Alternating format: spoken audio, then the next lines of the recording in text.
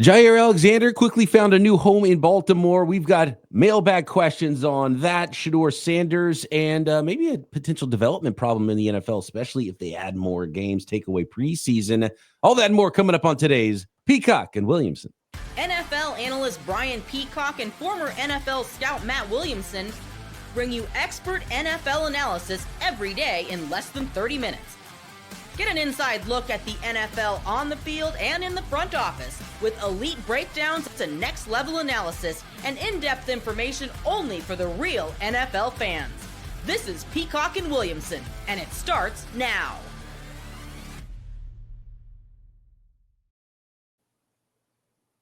Welcome to the Peacock and Williamson NFL Show. Brian Peacock alongside Matt Williamson at BD Peacock at Williamson NFL. Thanks, everybody, for making us your first listen on the Locked On Podcast Network. Your team every day. Love and appreciate all the everydayers out there. Thanks for hanging with us as we roll through the offseason. Got some great questions from you here.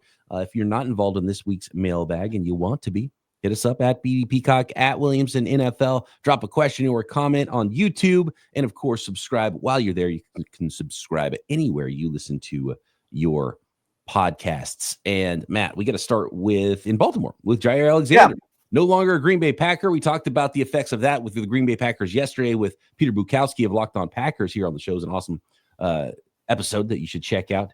And now he's in Baltimore. 1 year, $4 million. Not a lot of money for a guy that, when he's healthy, can play. And I mean, Baltimore is just so good at kind of picking these up. And this is what happens when you're a good team, because there's probably a lot of teams in the NFL who've been like, oh yeah, 1 year, $4 million. Let's go. So Jaire kind of gets to pick his landing spot, right? Yeah. Former teammate with Lamar Jackson, if I'm not mistaken, in college. Yeah. And I think that was the whole key. It was, I want to play with Lamar. We're good friends. He's awesome. The Ravens are great.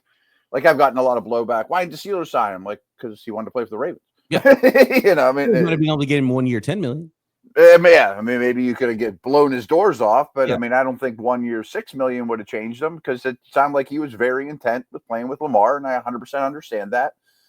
3 of the last 4 years, he's played very little, like 7 games, 4 games.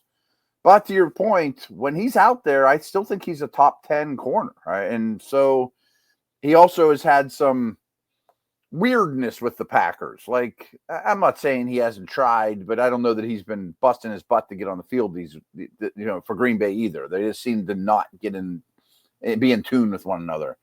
He can play man. He's good in zone. He can be a little bit of a risk taker, but he's a big time playmaker.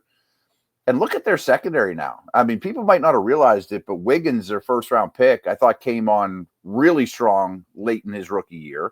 Started slow, but he's an outside corner. Jaire Alexander is going to be the other outside corner. And Humphrey still is really good as a slot. I don't know who their 2 will be when they're out there. And then you got Hamilton and Starks. That's pretty darn strong. The Ravens are loaded. I mean, they're loaded. Rich get rich. Yeah. What happens when you build a culture and a franchise and a team that is really good? Players want to go play for you. So it's easier to pick up those extra veteran players that are ring chasing maybe in some ways. And, it also helps when your star quarterback was a college teammate of a guy that's available. So, as long as Jaire Alexander's on the field, probably be really good for the Ravens. This could pay off huge. And then Jaire Alexander could prove he's healthy and probably make a lot more money next offseason. We've seen this in the last 20 years with the Patriots, the Eagles, the Chiefs, where, okay, maybe I'm at a career crossroads or I'm late in life, but I want to go play for them, and I'm going to do it for less and maybe get a ring, and it's a good environment, and I got friends on the team, and I want to play with Derrick Henry. I want to play with Lamar. I want to play with Brady. Right. I get it. I've already made a lot of money. Speaking of already making a lot of money, most rookie 5th-round draft picks, Matt, don't have a lot of cash, don't have a sports car on hand, and this kind of ties into our next question, talking about college, NIL, development into the NFL, NFL expanding potentially its schedule. But, and I didn't even realize this happened until we were asked about it. Shedeur Sanders got hit for going 105 in a 60, I think it was. 60, yeah. Not crazy, not the first young man to get a car in his early 20s. He might have had to, as a 5th-round pick, he had the NIL money, though, or maybe had to break into the trust fund because he had some plans on what he was going to spend his money on. He probably already had this card dating back to his college. Or maybe it's his dad's. Yeah, might be into some hot water, but not to go too deep into the Shedeur thing and people worried about exactly where his head is at and why he fell to the 5th round of the draft. But really what I think is the Henry Ruggs situation. It's like, okay, young man, like be careful out here. And you're trying to you're the number 4 quarterback right now. Like you could be free agent pretty quick. You're trying to compete for a job. It's not even training camp. It's just not smart. Doesn't help. I don't have a big takeaway. I've gotten a speeding ticket before, right? So wasn't quite going 105 and a 60, but it's nothing, but it's not nothing. And you're just thankful that situations like this could be worse. And you see the Henry Ruggs situation. It's like day 1 symposium for rookies. Don't buy a sports car and go 100 miles an hour. Yeah. One of the big rules, right? One of the blueprints. Yeah, frankly, if it was any other 5th round pick, we wouldn't probably be talking about it, of course, No.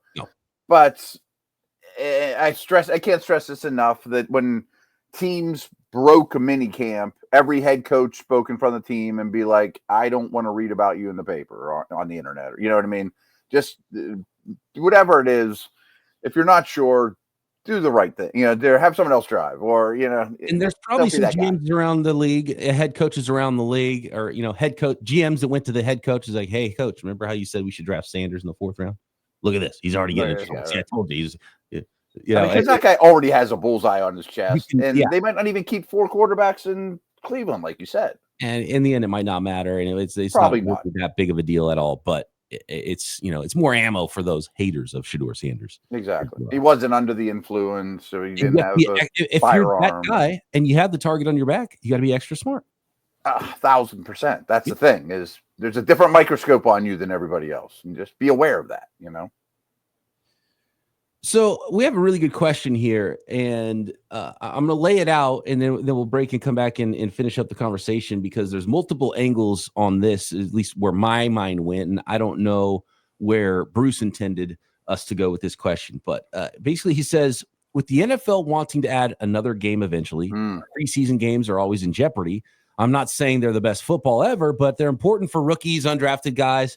Do you think we can get the added game and keep all 3 preseasons, maybe barring veterans for one? It's it's an interesting, and it's kind of what it has become and would for sure become anyway, because teams make it a non-veteran game, right? But would we see like the veterans play 1 preseason game, and then even if there was only 2 preseason, you still have to develop in the NFL, and we've seen this with quarterbacks and young quarterbacks, and there's NIL money now. And I wonder if all of it will come together to where basically, guess what? There's 1 less preseason game, but guys are playing college for longer now.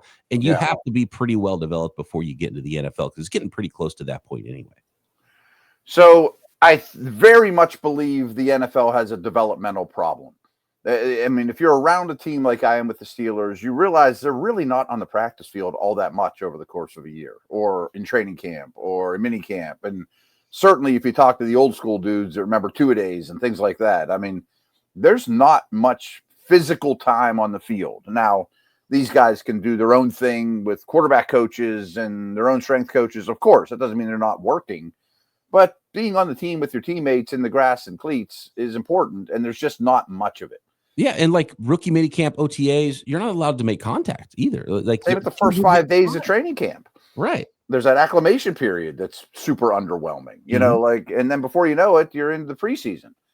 So I think that's a big problem, especially with quarterbacks and especially with offensive linemen. We know there's an O-line shortage now, and it's such a technique-driven position. Just being big and strong isn't enough to block Nick Bosa. But I almost believe this to be 100% true. This is what's coming very soon, folks. Training camp will probably open a week earlier. Okay. Hang with me here. There'll be 2 preseason games, not 3. Then we start an 18-game schedule with 2 byes on Labor Day weekend, as opposed to the weekend after. And I know people will immediately say, oh, the NFL doesn't get good ratings on Labor Day. Yeah, they will. Yeah, they'll get just ratings opening week. Yeah, they will. You think you guys aren't going to watch opening day because you're cooking out on Labor Day weekend? You're going to watch opening day. The other thing that would happen would be the Super Bowl is just another week later in February. It'll be President's Day weekend. Yeah. Which a lot of people have Monday off, but that's what they've been wanting for forever anyways, you know? Oh, man. Yeah. So that's what's going to happen is it's going to be Labor Day weekend, opening weekend, 18 games, 2 buys, less short weeks on Thursday, you know, travel, stuff like that, more international games, Super Bowl, Labor Day. That doesn't mean that developmental is going to get better, though. In that 40-day period that we're in right now, 6 weeks kind of that teams are off, we kind of drop back a little bit as well because now the draft, do they keep the draft? Do they condense that? Or they announce now instead of last week of April, first week of May for the draft, and then rookie mini camps a week later, OTAs stuff's a week later, but camp starting earlier?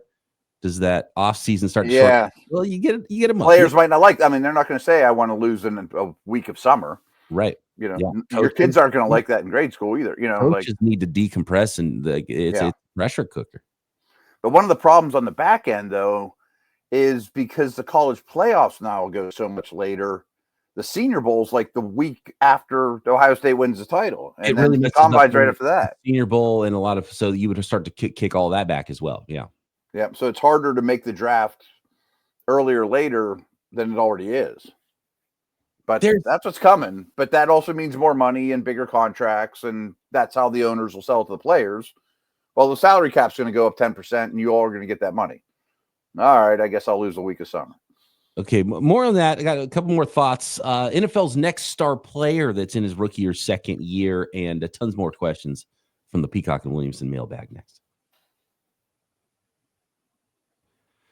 This episode of Peacock and Williamson brought to you by Monarch Money. I've talked to you guys a lot about Monarch Money, and it's phenomenal. If you are somebody who is trying to, get your finances right, as Marshawn Lynch famously said, you got to, what is it? You got to protect your chicken, right? That's what it's all about with Monarch Money. If you ever check your bank account, you wonder, where'd all that money go between dining out, online shopping, entertainment? It's so easy to lose track. And that's where Monarch Money comes in. Your personal CFO, giving you full visibility and control over your finances. Monarch Money isn't just a budgeting app. It's a complete financial command center. Track all your accounts, investments, and spending in one place so you stop just managing your money and start building wealth. And maybe you're somebody who's trying to get that credit in a better spot and trying to save, and maybe you want to go buy your first home or whatever it is. You got to get that stuff in line, and Monarch Money can help. Or maybe you are already in a good spot and you're trying to look ahead to your future and your children's future. Easy collaboration, my favorite part. Manage your money with your partner smoother than ever. You can track shared and personal accounts, set goals,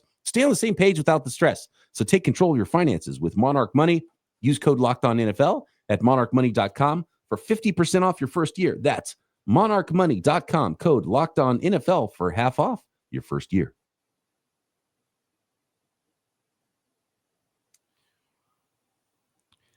So NIL plus less preseason plus shortened off season. It's already that way with college football, and I've always looked at it because I don't have a favorite college football team. My college, San Francisco State, we didn't even have they lost their football program in the 90s. They didn't have a football team, right? So I don't root for any college football teams. I watch college football strictly because how do these guys translate to the NFL? That is the only reason I watch college football. In the tournament, it kind of gets fun. It's like, all right, let's watch who wins the national championship or whatever. It's funny. I'm actually wearing my official Pitt gear from when I was a Pitt Panther employee, and I hope they win. But I really watch college for the same reason you do. Who's the next quarterback? Right. We have those scouty brains, and that's kind of just how we look at things. And it's minor league football, essentially, is what I'm saying. And it only becomes more minor league football with the schedule changing and all of this. And I think teams have to start looking at it and thinking, man, we cannot draft Anthony Richardson and do all the development in the NFL. Yeah, right. We're all going to get fired if we do that. Development has to be mostly done. And there's some positions maybe you can hide him away, but not that top 10 quarterback. Yeah, and the Eagles are really good at using 6th and 7th round picks on total projects. If you get one Jordan Mailata every 8 years, wonderful. But I think we're going to see less and less of that in the first round and less of that of developmental quarterbacks. Absolutely. I think it has to happen. Yeah. And maybe you get lucky a time or two, but, all likelihood potentially could get you fired unless you draft Trey Lance and somehow pull Brock Purdy the next year. Right. And pull the rabbit out of your hat. Who's the one that worked? Well, it's the guy who, even though he's much less physically talented, played a whole bunch of college football, and he was fully formed when he got to the league. Needed that extra. Not a coincidence, I have a feeling. Right. Who is the NFL's next star? Sir Madridissimo says, which young player, rookie or max 2 years in the league, would you bet on? So we're talking about players from this draft or the 2024 draft. Would you bet the farm will be in the discussion of being the best player at their position in the next few years? He wants one from each of us. And this is an interesting one. So like it's a young player, and I'm assuming someone who is not already there. Like Jaden Daniels, too easy. He already kind of hit. So I'm assuming someone who hasn't quite hit yet. So I'm going to go with more than one. So if I steal yours, I apologize. But there's two from incoming rookies I think are the easiest guys. Genty. I mean, it doesn't take long to become a top 3 running back. And if he's everything he's cracked up to be, could be that by week 10. It could be at week 1. Yeah, right. He could be. I'm smitten with Hunter, too. And now I don't know if he can be a top 3 corner and receiver or both or neither or whatever. But I think he could be a top 20 football player. Brock Bauer is already an all-pro from last year. Yeah, he counts already, I think. Yeah, he does not count. So we'd have to look ahead to some other players. I think you have to go to the quarterbacks too. Now, we're talking about the best at the position. So, even Jaden Daniels, it's like, are we expecting Jaden Daniels in the next couple of years is going to be like not only in the group, but like, oh, it's Daniels, maybe then Mahomes. Josh Allen, like you kind of, and we saw. I'm not there yet. You got to pause on that, and it's a development curve. And it's a process. But man, I look at the talent. Caleb Williams was drafted over Jaden Daniels. Caleb Williams was the number 1 pick in the draft. He was one of those easy picks. Everyone thought he was the number 1 pick, even a really good quarterback year. He's got one of the best offensive coordinators now in the NFL. You're talking DJ Moore, 2nd-year guy in Rome Odunze, and then you add, I still think was probably the best receiver in the draft and fell for some odd reasons into the 2nd round in Luther Burden. I mean, that is just I'm thinking of Luther Burden, who's maybe a more explosive Amon-Ra St. Brown in that role for Ben Johnson, what he could be. I'm kind of daring to dream there. Yeah. Like he's one of those guys I would draft in dynasty leagues because I don't know how long DJ Moore will be around anyway in Chicago. So there'll be targets for him. You look at Caleb Williams. Could he be that guy to take a massive, massive, massive step this year? Could absolutely see that. But when I'm looking at year 2 guys, I'm looking more at someone like Joe Alt to be like, okay, Trent Williams retires, and now it's like and Lane Johnson's old. It's like, oh, it's Joe Alt and Penei Sewell. Penei Sewell, yeah. In the NFL. Now, I was going to say, I don't know if he can be better than Penei Sewell, but Alt to me was going to be like, oh, he goes to the Pro Bowl every year, or he's an All-Pro. The other one from that class that was an early pick is Malik Neighbors. I think he could be maybe not Chase Jefferson, but he might be clearly 3rd, or maybe he is Chase Jefferson. He went to LSU. That's what they all go to LSU. Mm-hmm. And Brian Thomas might not be too far off either. I mean, he was phenomenal. That's insane. He was absolutely so good. Yeah. You know what? I'll give you another one. Maybe he's a little bit, he's a 1st-round pick, so it's not a sleeper necessarily, but I think, and Cooper DeJean, rightfully so, gets a lot of good one.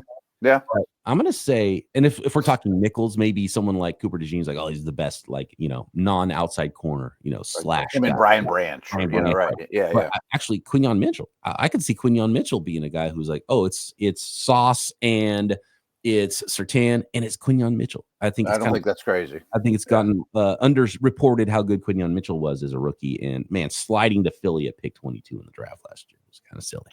They're a smidge older, so I'm breaking the rules, but Jalen Carter and Will Anderson, too. Will Anderson was the first name, and I was like, oh, no, he's going into year 3, so he doesn't. Mm-hmm. That was one of them I was thinking of for sure.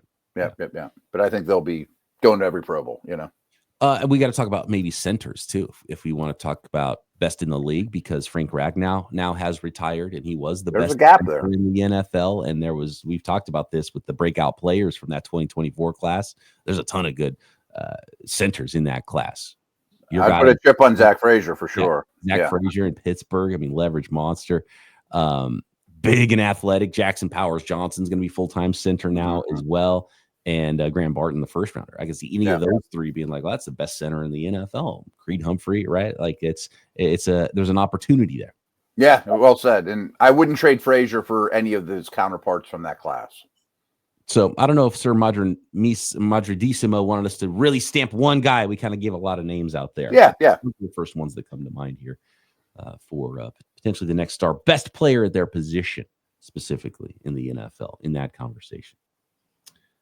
Next, we got more questions, and we got a question about brothers. Who's the best brother tandem in NFL history? Is it the Watts? Next.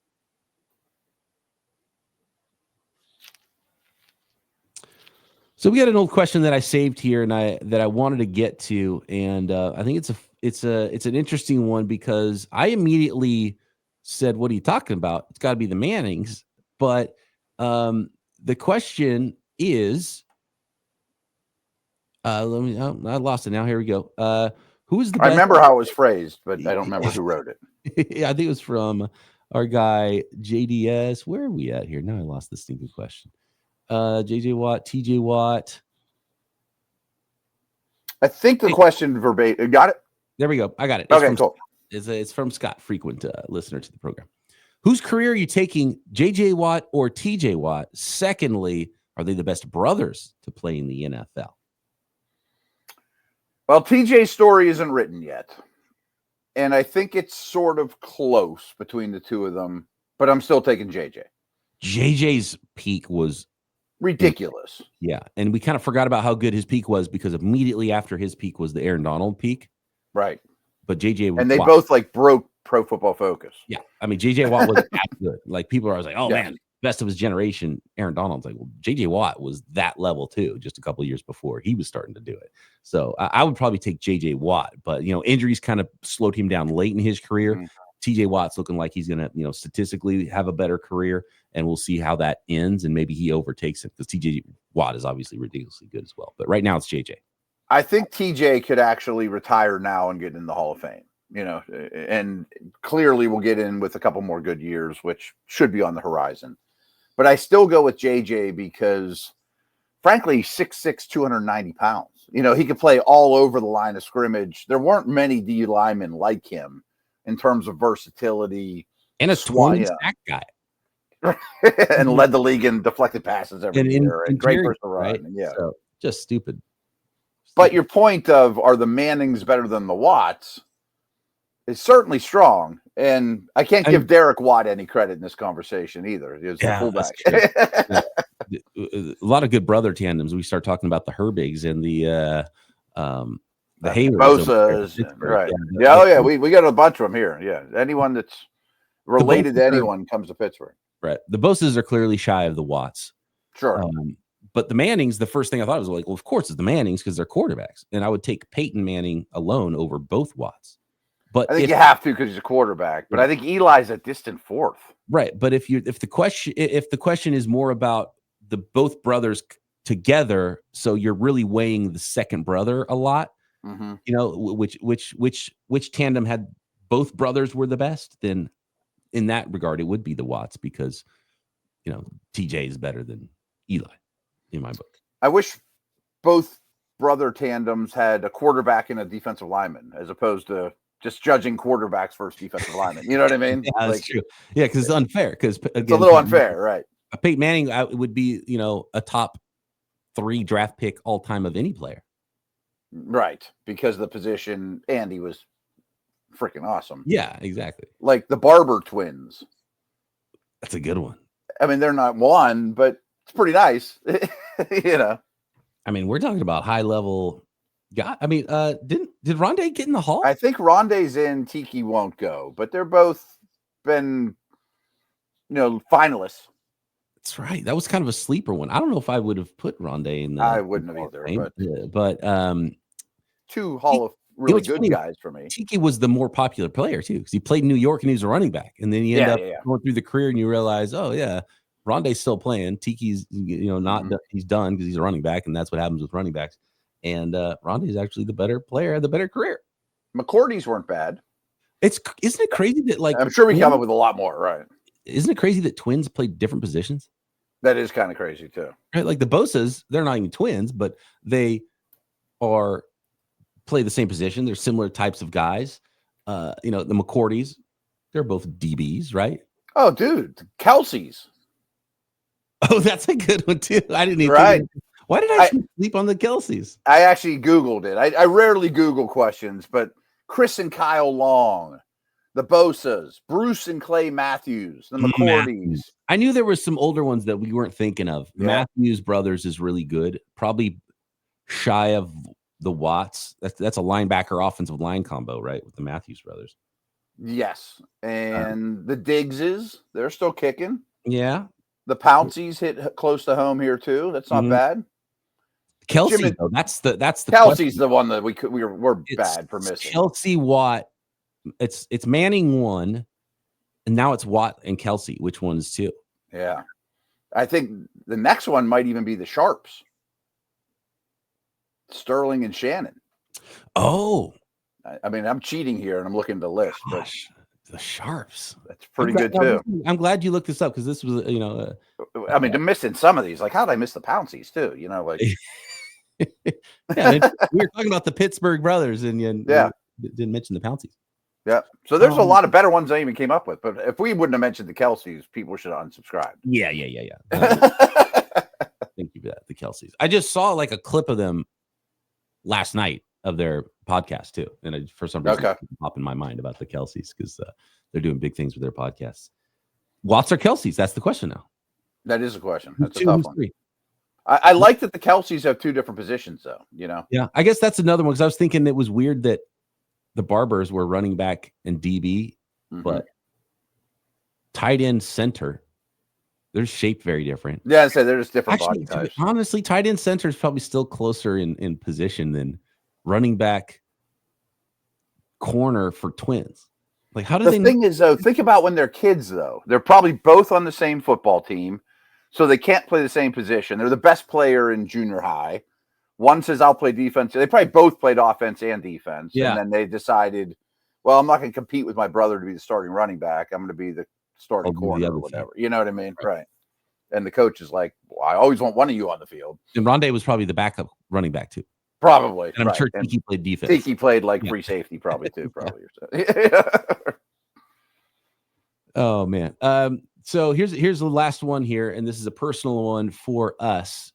Who is our 3 favorite Pittsburgh or Bay Area players? And I assume I'm adding the growing up part because I was a fan when I was a kid. Players or when I was a kid, right? They're going to be when I'm 20 or younger, basically. Right. I've said this before. Far and away, my number 1 athlete is Mario Lemieux. I mean, he saved the Pens. His time was perfect for my age. We start picking up street hockey sticks the day he got drafted.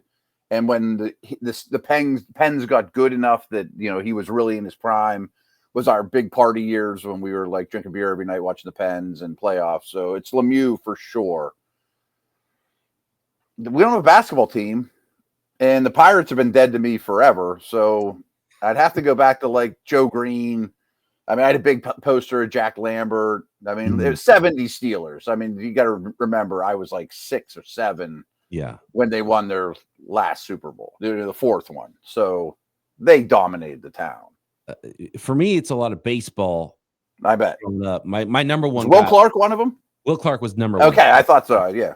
He's in a category of his own, Will Clark. He's in the Peacock Hall of Fame for sure, even though he's not going to make the Major League Hall of Fame. I currently, I think I've told this story before. Like, I play slow pitch softball every week. I'm a switch hitter. I can hit left-handed. The sole reason I'm a right-handed guy, the sole reason is because I took so many wiffle ball swings as Will Clark in the backyard. That's awesome. Yeah. My best friend was the Yankees fan. I was a Giants fan, and we would go through the lineup, and we had to bat the way that the actual hitter in the lineup batted. Okay. So Brett Butler, I was like a little lefty slap hitter. Will Clark, I would bat lefty. And so I got really good at hitting left-handed. I can hit left-handed almost as good as I can hit right-handed now because of that. I got to jump in super quick because this does not paint me in a good light. But we played so much wiffle ball, like everybody back then. Yeah. And by far, my favorite thing was setting the lineups and picking the teams. And then I'd play my buddy and lose. Like I was much better at building the team than playing on the field. Which translates, You were a scout from birth, man. That's right. Like, I'll take George Brett. You get Mike Schmidt, I think, the San Francisco Giants just traded for Rafael Devers from the Boston Red Sox. And he's got a unique batting stance. And they got Jonathan Lee. He's got a unique. I missed the old batting stances from the 80s because that used to be a fun thing too. Football of Andre Dawson and all these really fun stances. And I think things have gotten so standard with how guys are trained and come up, and there's not as many fun batting stances as there used to be. George Brett was a great one too. Yeah. Well, that's like nicknames fell off too. There's no Billy White Shoes Johnson, Right. Yeah. Now we're just like A-Rod. That stinks, right? Mac. No. Right. Danny Dimes. So who are your other two? So the other two would probably go to the 49ers, and growing up in like late 80s, early 90s, it's Joe Montana, Jerry Rice. Yeah, I'd be shocked if. And it's hard not to put Ronnie Lott. The first number I had in football was 42 for Ronnie Lott because I played running back and a little bit of DB. And Bonds was so awesome, so fun to watch. If you're talking about buying a ticket, same with me on Bonds. Yeah, right. With Pittsburgh, right? Yeah, so good, so fun to watch. But he wouldn't be in my top 5 of just like my favorites, and because it's all going back to when I was a kid. And 1989. You got to think about it. I'm a kid and I'm watching the Giants in the World Series, and the 49ers in the Super Bowl. I mean, it was amazing for a kid for that time in San Francisco sports. So 1980, the Pirates and Steelers both won it all. The We Are Family, Stargell Parker, and then the Steelers 4 Super Bowls. So that was when I was learning what sports are about. I'm like, oh, we just win everything here. You don't. Actually, my buddy sent me a photo from Halloween where it's I've got the 49ers outfit on, and it's number 16, Joe Montana. Nice. He actually grew up around here. We drive over the Joe Montana bridges all the time. That's right. I just saw a thing about what region produced the best quarterbacks, NFL players. Oh, it's got to be Pittsburgh or Texas. Yeah, it used to be Pennsylvania, and then all of a sudden it's like, well, there's a bunch of California guys now, and Tom Brady, and it's like Texas, and then Florida has some more now, and so it's everyone caught up to where PA used to be with Western PA was way ahead of everybody, and now Marino and Montana and everybody. Yeah, Marino, Montana, Kelly, Unitas, Namath was right down the road. Right. There's a lot of them. Maybe not Unitas. I'm not going to make that up. Yeah. Where did Bradshaw come from? Mississippi. He's big. He had a hard time adjusting to the North early on. Oh yeah. Yeah. Cool. Thanks everybody for all your questions. Always fun. Hit us up at BD Peacock at Williamson NFL. Drop a question in the YouTube comments and subscribe while you're there. Matt and I back tomorrow right here. Peacock and Williamson.